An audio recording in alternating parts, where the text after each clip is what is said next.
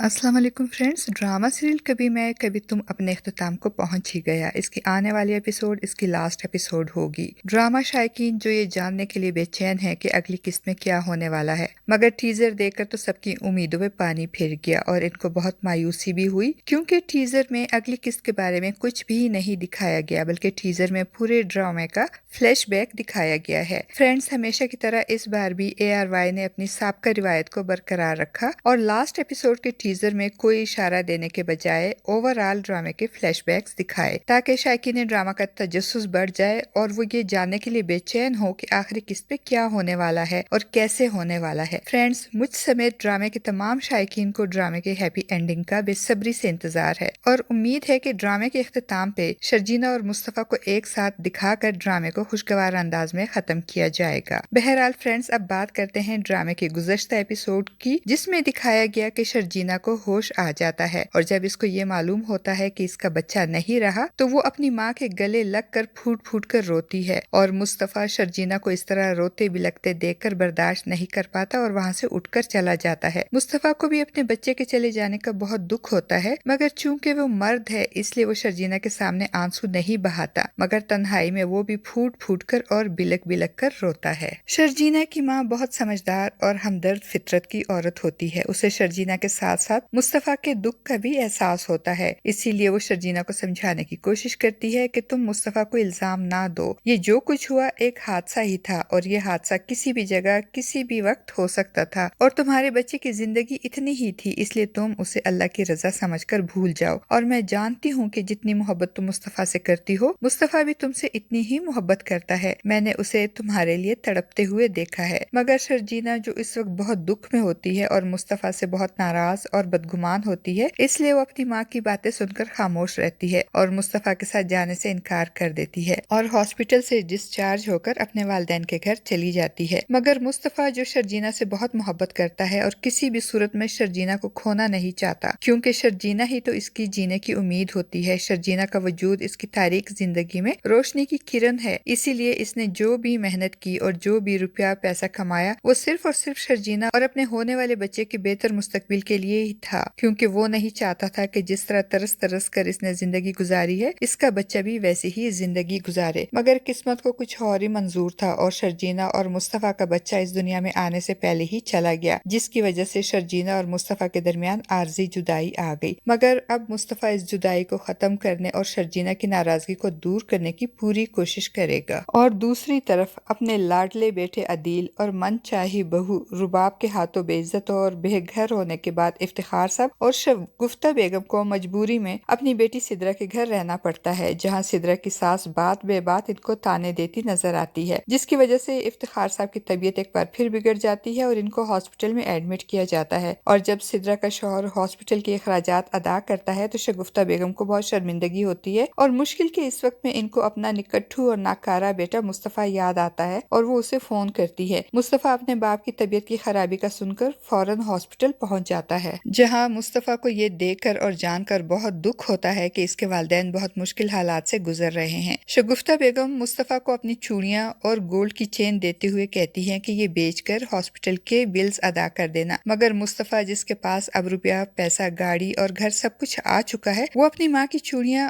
और चेन वापस कर देता है और खुद जाकर न सिर्फ हॉस्पिटल के बिल्स अदा करता है बल्कि सिद्रा के शौहर की रकम भी अदा कर देता है और अपने बाप को प्राइवेट रूम में शिफ्ट करवा देता है। और सिद्रा इसे सब कुछ बता देती है कि अदील ने किस तरह अपने बूढ़े वालिदैन को धोखा देकर इनका मकान बेच दिया और फिर रुबाब ने इनको धक्के देकर घर से बाहर निकाल दिया। मुस्तफा को ये जानकर बहुत दुख होता है और वो रोती हुई सिद्रा को गले लगाकर उसे तसल्ली देता है और फिर हॉस्पिटल से डिस्चार्ज के बाद अपने वालिदैन को अपने अपार्टमेंट लेकर जाता है। और दूसरी तरफ अदील भी अपने बदतरीन अंजाम को पहुंच जाता है। रुबाब ने न सिर्फ अदील को फ्रॉड और बेवफाई के इल्जाम में भरी महफिल में बदनाम किया, इसका भांडा फोड़ा, बल्कि उसे गिरफ्तार भी करवा दिया और अब वो अदील से तलाक भी ले लेगी और अदील जेल की सलाखों के पीछे बैठकर मच्छर मारते हुए सोचेगा कि वो क्या था और क्या बन गया है। उसे अपनी तालीम, अपनी डिग्री और अपनी सलाहियतों पे बहुत गरूर था और फिर अपनी लालच और खुद गर्जी की वजह से इसने अपनी इन ही सलाहियतों का गलत इस्तेमाल करके न صرف اپنا حال بلکہ مستقبل بھی تاریک کر دیا اور اب وہ ساری زندگی جیل کی سلاخوں کے پیچھے بیٹھ کر اپنا احتساب کرے گا۔ اور دوسری طرف نتاشا کے گناہوں اور اس کی بے وفائی کا بھانڈا بھی بھری محفل میں پھوٹ جاتا ہے، جس کے بعد اس کا شوہر سلمان اسے طلاق دے دیتا ہے اور نتاشا اس بدنامی سے گھبرا کر اپنی جان لینے کی کوشش کرتی ہے مگر اسے بچا لیا جاتا ہے۔ مصطفیٰ جب اپنے والدین کو اپنے گھر لے کر آتا ہے تو شگفتہ بیگم اور افتخار صاحب مصطفیٰ کی گاڑی اور اپارٹمنٹ دیکھ کر حیران رہ جاتے ہیں اور خوش بھی ہوتے ہیں کہ مصطفیٰ نے بہت ترقی کر لی، مگر ساتھ ہی دل میں کہیں نہ کہیں یہ خدشہ بھی ہوتا ہے کہ کہیں مصطفیٰ نے بھی عدیل کی طرح کوئی فراڈ تو نہیں کیا۔ وہ اس سلسلے میں مصطفیٰ سے بات بھی کرنا چاہیں گے مگر مصطفیٰ جو شرجینہ کی ناراضگی کی وجہ سے بہت اپسیٹ ہوتا ہے، ان کے سوالوں کا کوئی خاطر خواہ جواب نہیں دے گا اور جب شگفتہ بیگم پوچھیں گی کہ شرجینہ کہاں ہے